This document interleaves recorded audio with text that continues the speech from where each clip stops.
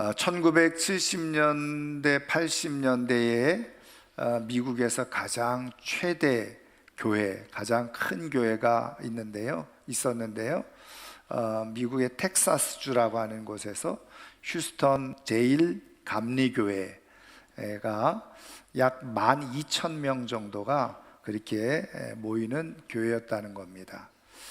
근데 이제 그 당시 그 교회를 심무하시는 목사님이 찰스 알렌이라고 하는 목사님이 계셨는데, 이 목사님이 60년부터 83년까지 23년 동안 그렇게 이제 재임하시면서 그 교회가 가장 크게 부흥하는 전성기를 누렸다는 겁니다. 근데 이제 이 찰스 알렌 목사님이 이렇게 이제 많은 교인들과 함께 더불어서 이렇게 교회를 세워가면서 우리 성도들이 12,000명 되는 성도들이 신앙생활을 어떻게 하고 있나, 워낙 많으니까, 그래서 신앙생활 실태조사를 이제 하게 됐습니다. 근데 그 신앙생활 실태조사한 것이 1970년 정도에 했으니까 지금으로부터 거의 50년, 거의 60년 가까이 지났잖아요. 그럼에도 불구하고 이 조사한 통계가 지금까지도 교회 여러 가지 분야에서 쓰여지고 있어요. 아주 좋은 자료로 이제 쓰여지고 있는데, 그만큼 그게 과거든 오늘이든 거의 교회들이 비슷하게 적용되어지고 있다 하는 거죠. 그래서 전 그 실태조사한 결과를 조금 말씀드리면, 그 교회에 등록한 교인들의 20%는 교회를 출석하고 있지 않더라는 거죠. 그러니까 한 번도 주일날 교회에 나오지 않는 교인들도 있더라는 겁니다. 그게 20%가 된다는 거예요. 그 다음에 25%의 교인들은 한 번도 기도하지 않더라는 겁니다. 보통 우리가 얼마나 기도하십니까? 하루에 한 번 이상, 일주일에 한 번 이상, 이렇게 조사하지 않겠습니까? 그런데 그냥 밥 먹을 때 잠깐 눈 감고 뜨는 거, 이런 거는 빼고 정말 마음을 다해서 진심으로 교회에서든지 집에서든지 기도하고 있는 시간을 갖고 있느냐, 이렇게 이제 물었을 때 25%의 성도들이 전혀 기도를 하고 있지 않더라는 거죠. 그렇다고 한다면 우리 교회도 그대로 적용을 하면 이 가운데는 물론 출석 안 하는 사람들까지 당연히 포함해서 25%의 사람들은 기도 생활을 하고 있지 않다고 볼 수가 있는 거죠. 그 다음에는 35%의 사람들은 성경을 한 번도 보지 않더라는 겁니다.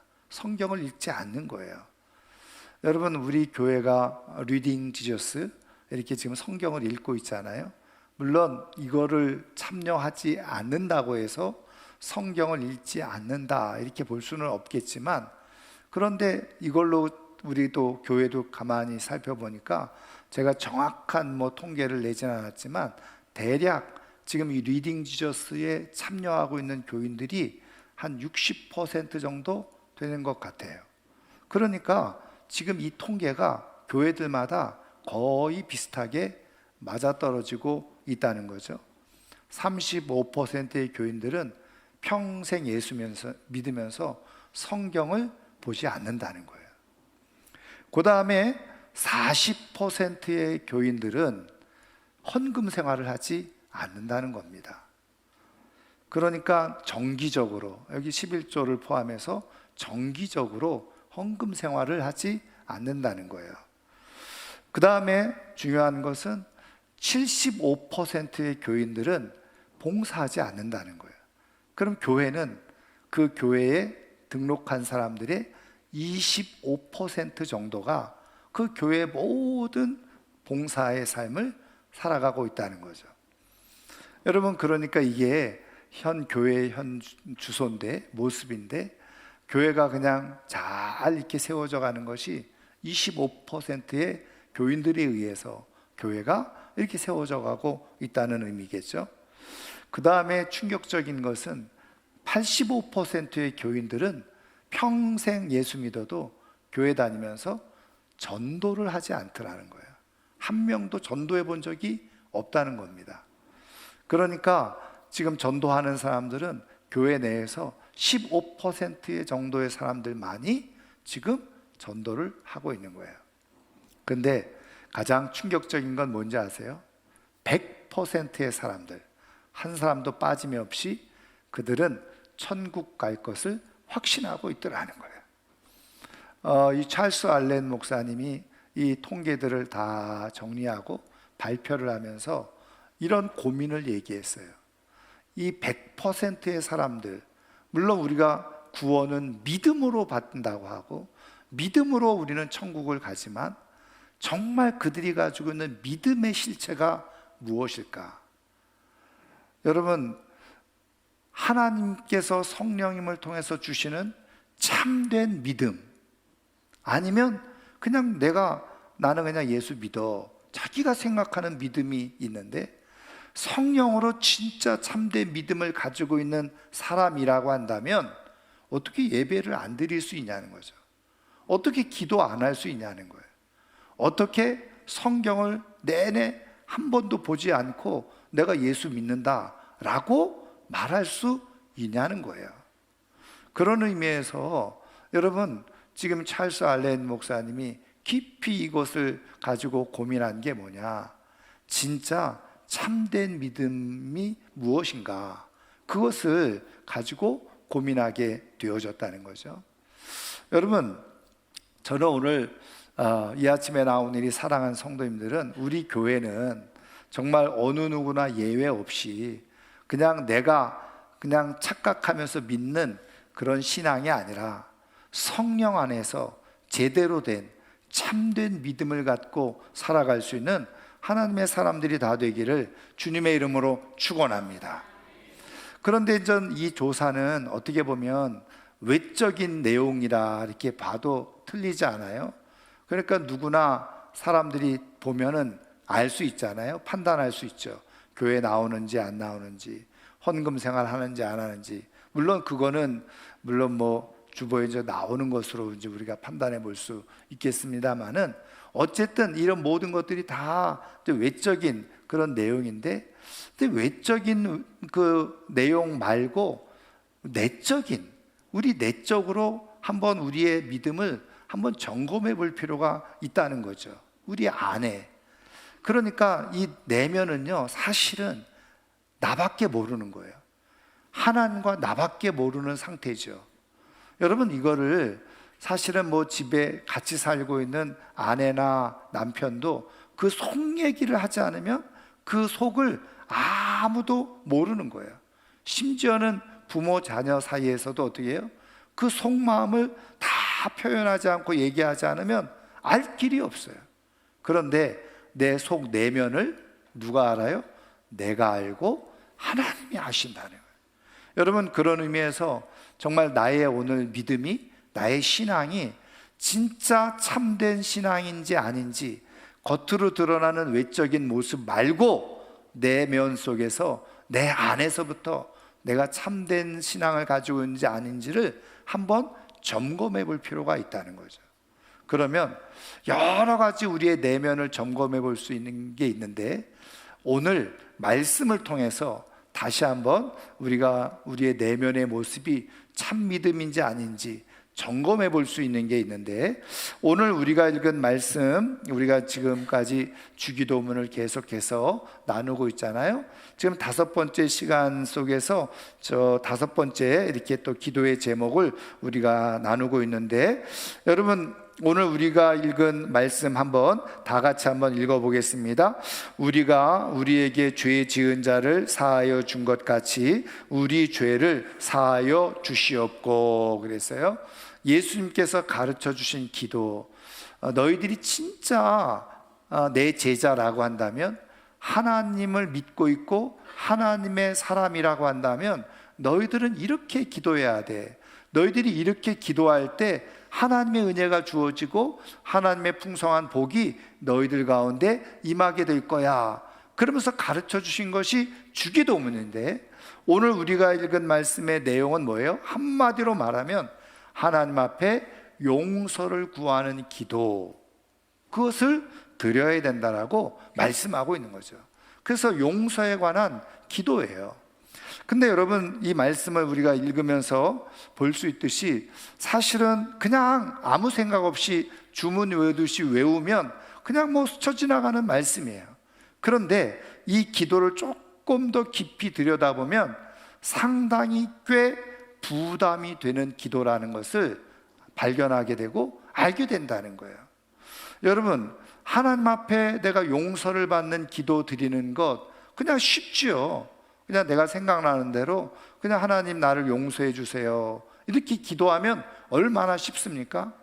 그런데 오늘 예수님께서 가르쳐 주신 기도를 보면 단순히 그렇게만 되어 있지 않다는 걸 발견하게 돼요. 어려운 게 뭐예요? 우리가 우리에게 죄 지은 자를 용서해 준 것처럼 오늘 우리의 죄를 용서해 달라, 이렇게 기도하라는 거거든요. 여러분, 말씀드린 것처럼 그냥 내 죄를 좀 용서해 주세요, 사실은 이것도 어떤 사람들에게는 쉽지 않은 기도지만 그럼에도 불구하고 사실은 이거는 누구나 할 수 있는 쉬운 기도예요. 근데 우리의 고민은 뭐라고요? 우리에게 죄 지은 자를 내가 용서해 준 것처럼 하나님도 나를 용서해 주십시오, 이렇게 기도하라는 거예요. 앞에 전제, 그게 우리를 힘들게 하고 어렵게 하고 무겁게 하는 거죠. 여러분, 지금 예수님께서 이렇게 말씀하신 게 여러분 문맥적으로 살펴보면요, 이런 의미라고도 사실은 맞닿는다고 볼 수 있어요. 뭐예요? 우리에게 죄 지은 자를 내가 용서해 준 것처럼 하나님도 나를 용서해 주세요, 이렇게 기도한다는 것은 뒤집어서 말하면 무슨 얘기입니까? 내가 다른 사람을 용서하지 않으면 나도 하나님 용서해 주지 마세요, 사실은 그런 의미의 뉘앙스가 담겨져 있다라고 볼 수 있거든요. 여러분, 그렇다고 한다면 이게 무슨 얘기입니까? 내가 다른 사람들을 용서하지 않으면 나도 하나님으로부터 용서받을 수가 없겠다, 이런 뜻 아니겠어요? 여러분, 그러면 얼마나 부담스럽습니까? 여러분, 우리가 다른 사람에 대해서 용서하는 게 쉽습니까? 어렵습니까? 쉽지 않다는 건 우리가 인생을 살아가면서 다 알아요.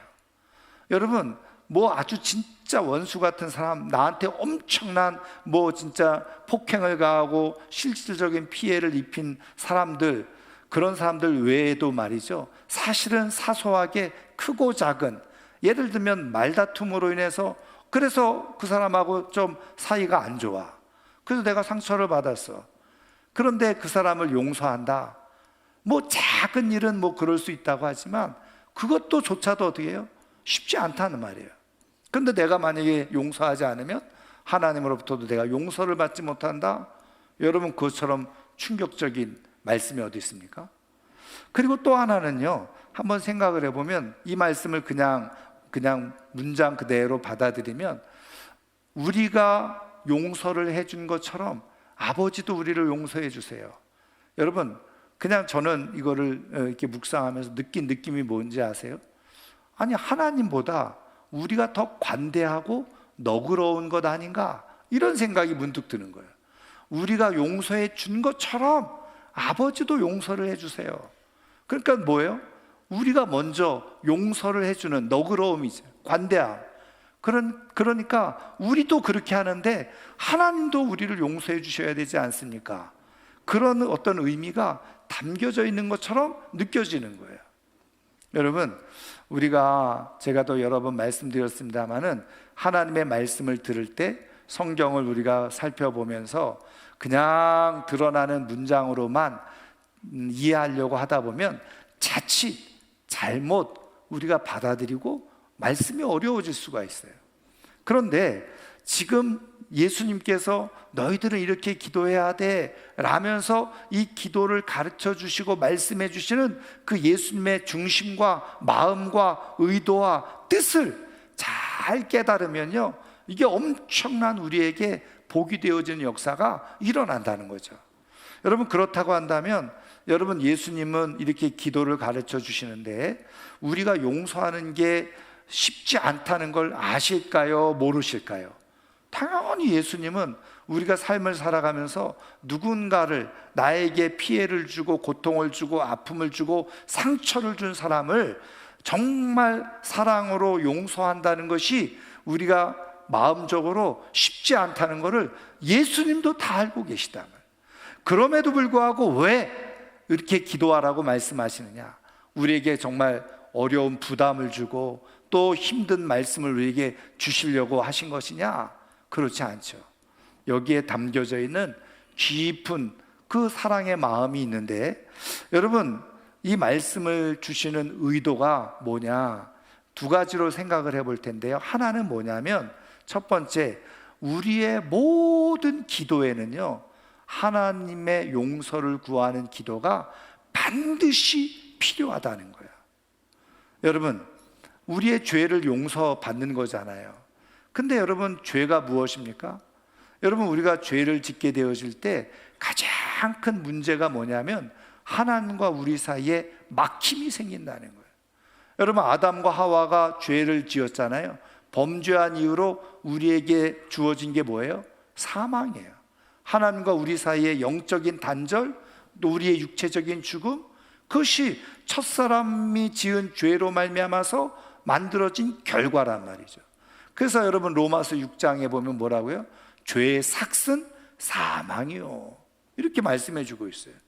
그러니까 우리가 죄를 해결하지 않고 그저 죄를 계속 떠안고 삶을 살아가게 되어지면 하나님께서 우리에게 베푸시고자 하는 축복과 은혜가 우리에게 전달되어지지 않는 문제가 있다는 거예요. 그래서 여러분, 우리가 너무나도 잘 알고 있는 것처럼 이사야서 59장 1절 2절을 읽어보면요, 이런 말씀이 있잖아요. 하나님께서 손이 짧아서 너희를 구원하지 못하는 것도 아니고 귀가 둔해서 너희들의 내용을 듣지 못하시는 것이 아니다. 하나님과 너희들 사이에 죄가 있어서 그 죄로 말미암아서 하나님께서 듣지 못하고 듣지 않으시고, 그리고 그 죄로 인해서 어떻게 해요? 하나님의 얼굴이 가리워져서 너희들에게 주어질 은혜가 나타나지 않는다는 거예요. 여러분, 저는요, 이 말씀을 보면서 이 생각이 떠올랐어요. 여러분, 동맥경화 너무나도 잘 알잖아요. 우리의 혈관이 있는데 나이가 들면서 찌꺼기들이 많이 혈관에 끼어요. 그래가지고 그 혈관에 기름때가 잠깐 끼든지 많이 껴가지고 피가 혈관을 통해서 원활하게 잘 이렇게 흘러가야지 몸이 그냥 건강하고 활력이 있고 산소가 그냥 쭉 넘쳐나서 생활하는데 아무런 어려움이 없는데 동맥경화가 생겨요. 그래가지고 혈관이 막혀버려. 혈관이 막히니까 이 혈액이 흘러가다가 터져버려. 그러면 어떻게 됩니까? 그게 일종의 뇌졸중, 뇌출혈, 그래서 마비가 오게 되어지죠. 심하면 어떻게 돼요? 병들게 되어지고. 여러분, 모세혈관을 통해서 혈관이 끝까지 안 가면 피부가 괴사가 일어나 썩어지는 거예요. 여러분, 죄는 뭐냐? 우리가 죄를 해결하지 못하고 죄를 용서받지 못하면 어떤 일이 일어나느냐? 하나님께서 우리에게 축복과 은혜를 부어주시려고 하는데 그 축복과 은혜가 부어지다가 내 죄에 딱 걸려지는 거예요. 그래서 더 이상 하나님의 은혜와 축복이 내 삶 가운데 깊이 들어오지 못하는, 그래서 내 삶이 병들게 되고 심하면 썩어지게 되어지고 내 삶이 마비가 일어나게 되어지고 심지어는 내 삶이 죽어버리는 거예요. 끝나는 일이 일어나게 되어진다. 여러분, 하나님은 우리 인생을 살리시는 분이에요. 은혜를 주시는 분이고 우리 인생을 복되게 살게 해주고 싶어 하시는 분이 바로 우리 하나님이신 줄 믿습니다. 그래서 어떻게 해요? 우리 인생에 이렇게 영적 동맥경화가 걸리지 않도록 죄 문제가 있으면 빨리 그것을 해결하라는 거예요. 그게 뭐예요? 오늘 예수님께서 가르쳐 주신 것처럼 하나님 앞에 용서를 구하는 기도를 해야 된다는 거예요. 내가 예배를 드리지 않은 것, 내가 하나님 앞에 기도하지 않고 살아가는 것, 내가 성경 읽지 않고 살아가는 것, 내가 헌금하지 않고 살아가는 것, 내가 하나님 앞에 헌신하고 살아가지 않는 것, 그거 다 회개할 거리라는 거예요. 그 죄의 덩어리인 거예요. 여러분, 그런데 성경을 우리가 읽어보면요, 여러분 우리가 지금 예언서를 읽고 계시잖아요. 근데 여러분 예언서의 주 내용이 뭐예요? 이스라엘의 멸망이 왜 멸망되어졌느냐, 이스라엘이 하나님이 택한 민족이었는데 왜 망하게 되어졌느냐, 사실은 그거를 말씀해 주는 게 예언서잖아요. 그리고 그 이후에 물론 하나님께서 준비해 놓으신 영광의 때를 또 예고해 주는 게 예언서 말씀인데, 여러분 조금 그 예언서를 자세하게 읽어보면요, 여러분 이스라엘이 멸망한 이유가 뭐예요? 죄를 지어서예요? 맞죠, 죄를 지어서요. 근데 더 큰 원인이 있어요. 뭔지 아세요? 하나님께서 예언자들을 통해서 계속 너희들이 그렇게 살면 안 된다, 그렇게 믿음 생활하면 안 된다, 교만하면 안 되고 우상 숭배하면 안 되고, 이렇게 예언자들을 통해서 죄에 대해서 계속 해결할 수 있는 방법을 말씀해 주셨다는 거예요. 근데 백성들이 어떤 생각? 아이고 참, 아니 난 잘 살고 있는데 나한테 무슨 죄가 있다고 자꾸 저러시나. 그리고서 자기가 죄를 가지고 있는 것을 깨닫지 못하는 거예요. 깨닫지 못하니까 계속 어떻게 해요? 죄의 굴레 속에서 삶을 살아가는. 그런데 그것이 나중에 처음에는 어떻게 해요? 혈관에 조금씩 끼다가 나중에 꽉 막혀버려요. 그러면 일이 터지는 거예요.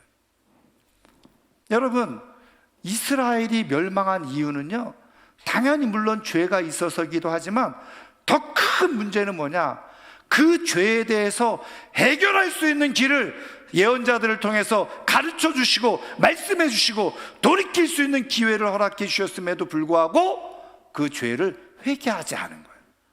회개하지 않음으로 인해서 결국은 그냥 꽉 막혀가지고 터져버리는 일이 바로 이스라엘의 멸망이라. 여러분, 우리 개인적으로도 마찬가지예요. 우리 개인적으로도 하나님과 나 사이에 하나님은 날마다 우리에게 은혜를 부어주시고 축복해 주시고 우리의 삶을 돌봐 주시기를 원하시는데, 나도 모르는 사이에 어떻게 해요? 해결하지 못한 죄가 있어요. 그것이 점점 자라, 나도 모르게 자라가. 그래서 내 인생을 꽉 막고 있는 거예요. 묶어놓고 있는 거예요. 그래서 해결되어지지 않아요. 그래서 어떻게 해요? 더 이상 하나님의 축복과 은혜가 내 인생 가운데, 우리의 가정 가운데 흘러들어오지를 못하는 그런 일이 발생하게 되어져요. 여러분, 예수님께서 지금 이 기도를 이렇게, 너희들이 이렇게 기도해야 돼, 하나님부터 매일매일 죄를 용서받을 수 있도록 기도해야 돼, 이 말씀의 의도는 뭐예요? 바로 우리의 인생의 문제들을 다 하나님 안에서 해결하고 풀어지는 그런 인생으로 삶을 살아가도록 하시기 위해서 지금 이 기도를 하라고 말씀하고 계신다. 근데 여러분, 그래도 이거는 아이고 이렇게 들었으니까 내가 그동안 못한 거 하나님 앞에 회개하고 하나님 용서해 주세요, 그리고서 내 삶을 바꾸면 돼요. 근데 앞서도 말씀드린 것처럼 두 번째 더 큰 어려움이 뭐예요? 내가 다른 사람들의 죄를 용서해 주는 것, 이게 진짜 어려운 일이라는 거예요. 여러분, 우리가 다 인생을 살아보면서 알 수 있듯이 때로는 부모로부터 상처를 받아, 심지어는 부부가 함께 살면서 부부끼리 상처를 주기도 해. 심지어는요, 여러분, 부모가 자녀들한테 상처를 받는 경우도 있고, 가족들에게, 이웃들에게. 그래서 그게 조금 심해지면요, 사실은 마음속에 깊은 아픔으로 남아요. 그러니까 잘 용서해 주는 거 쉽지가 않다는 거예요. 말은 쉬운데 진짜 저 사람들을, 내가 나한테 피해를 주고 아픔을 주고 고통을 주었던 사람들에게 내가 정말 진심으로 용서를 하며 살아가는 게 쉽지 않다는 말이에요. 그럼에도 불구하고 우리 예수님이 다 아심에도 불구하고 지금 이렇게 우리가 기도하라고 말씀하시는 것은, 그래서 우리가 기도가 필요하다. 그런데 이렇게 기도함으로 인해서 성령께서 우리 안에 내주하고 계시고 성령께서 우리 가운데 역사하시게 될 때, 우리가 비로소 하나님의 마음으로 다른 사람들을 용서할 수 있게 되어지는데, 이렇게 왜 다른 사람을 용서하면서 삶을 살라고 말씀하시느냐? 잘 기억해야 될 게 뭐냐면, 다른 사람을 용서하지 않음으로 인해서 나도 모르는 사이에 내 안에 죄가 계속 만들어지고 있다는 거예요. 아니 뭐 내가 기분이 나쁘고 마음이 상해서 용서하지 않는데, 그게 내 안에 나도 모르게 어떻게 해요? 죄의 덩어리, 마치 영적인 암덩어리가 생기듯이 그렇게 죄의 덩어리가 만들어지는 일이 생기더라는 거죠. 그래서 어떻게 해요? 여러분, 내가 그 사람을 용서하지 않으면 그 사람을 보면 기분이 나빠. 벌써 마음이 확 그냥 안 좋아지는 거죠. 여러분 한번 생각해 보세요. 교회를 왔는데 내가 정말 꼴보기 싫은 사람이 있어요. 우리 광진교회는 그런 분이 한 분도 없는 줄 믿습니다. 아니 그랬더니 저 사람 보기 싫은데 예배할 때부터 신경이 쓰이는 거야. 앉자마자 저 인간은 또 왜 저기에 앉아있어 이러면서. 그런데 말이죠, 목사님이 또 이왕 설교를 하는데 또 오늘같이 용서해야 됩니다, 화해해야 됩니다, 사랑해야 됩니다. 근데 이때 잘 들으세요. 이때요, 내가 마음이 병들었어, 죄가 있어요. 그러면 어떻게 받아들이는지 아세요? 참, 목사님은 뭐 우리 형편도 모르고 우리의 지금 내가 얼마나 저 인간 때문에 내가 정말 기분이 상해 있는지 나보고 화해하라고, 사랑하라고? 목사님이나 잘하세요. 예배가 안 되는 거예요. 그렇죠? 여러분, 왜 예수님께서 지금 이렇게 말씀하시는지 아세요? 이게 사람과 사람의 문제로 끝나지 않더라는 거예요. 사람과 사람 사이에 생겨났던 이 문제는 누구랑 연결되어지느냐? 하나님과의 관계에서 연결이 되더라는 거예요. 그러니까 내가 단순히 사람과 사람 사이의 문제로 끝나는 것이 아니라 하나님과 나와의 관계 속에서 문제가 생기는데 어떻게 해요? 나도 모르는 사이에 내 안에 죄가 싹트고 있더라는 거예요. 원망하는 마음, 불평하는 마음, 미워하는 마음, 증오하는 마음, 분노하는 마음. 근데 나는 당연하지, 저 인간이 나한테 어떻게 했는데, 그리고서 우리는 당연하게 생각하는데 그게 내 삶을 꽉 옭아매고 있는 그런 엄청난 죄덩어리인지를 우리는 인식을 못하는 거예요. 그러다 보니까 어떻게 해요? 말씀드린 것처럼 죄가 하나님과 우리 사이를 가로막고 있다고 그랬는데 나도 모르게 죄가 자라가고 있어요. 그러니까 이걸 해결하지 못하면 어떻게 해요? 하나님의 은혜와 축복이 가로막혀져 있는 거죠. 그래서 처음에 그게 크게 자라지 않을 때는 그래도 은혜의 줄기가 쫄쫄쫄쫄쫄쫄 흘러나와. 근데 어떻게 해요? 어느 순간에 그 죄를 해결하지 않아, 서로 마음 상한 것들이 해결하지 않아, 풀어지지 않았어. 그래서 그게 꽉 큰 덩어리가 되어져서 내 인생을 막고 있으면 어떻게 해요? 그 다음부터 하나님의 은혜는 내 삶 가운데 나타나지 않아요. 그것이 어떻게 해요? 내 영혼을 죽이고 내 가정을 무너뜨리고 그리고 내 삶을 황폐하게 만드는 문제가 되어지는 거예요. 여러분, 그러니까 예수님은 너무나도 우리의 모든 형편과 처지를 잘 아시죠. 네가 용서하지 않고 살다가 내 인생이 망할래? 아니면 조금 힘들어도, 어려워도, 정말 자존심 좀 상해도 용서를 함으로 인해서 내 인생에 하나님께서 부어주시는 축복과 은혜를 받으면서 삶을 살아갈래? 이게 바로 예수님께서 말씀해 주시는 기도 속에 담겨져 있는 마음이라는 거예요. 여러분, 우리 주님은 기도를 통해서 우리의 삶을 정말 모든 묶여있고 매여있던 것들을 다 풀어주시고 해결해 주시고 시원한 하나님의 축복과 은혜 속에 삶을 살아가기를 원하시는 분이 우리 주님이신 줄 믿습니다. 그래서 힘들고 어렵지만 어떻게 해요? 나에게 좀 아픔을 주고 어렵게 해준 사람들을 용서하고, 그렇게 하고 하나님 앞에, 하나님, 내가 힘들지만 내가 저를 용서했어요. 그러니 하나님 나를 긍휼히 여겨주시고 나를 불쌍히 여겨주시고 내 인생에 이렇게 묶여있던 것, 해결되어지지 않은 것들 하나님 풀어주세요. 그럴 때 하나님이 풀어주실 은혜가 나타나게 되어지는 줄 믿습니다. 여러분, 우리 주님은 우리의 인생에 막혔던 것들을 다 뚫어주시고 열어주시고 풀어주시고 하나님의 은혜를 우리에게 부어주고 싶으셔서 다른 사람들을 용서하고 그 용서의 힘으로 우리가 삶을 살아가도록 말씀하고 있는 줄 믿으시기를 주의 이름으로 축원합니다. 내가 누군가에게 너그러우면 내 인생에 너그러움이 부어져요. 내가 누군가에게 관대하면 내 인생에 하나님의 관대함이 부어주는 역사가 일어나게 되어져요.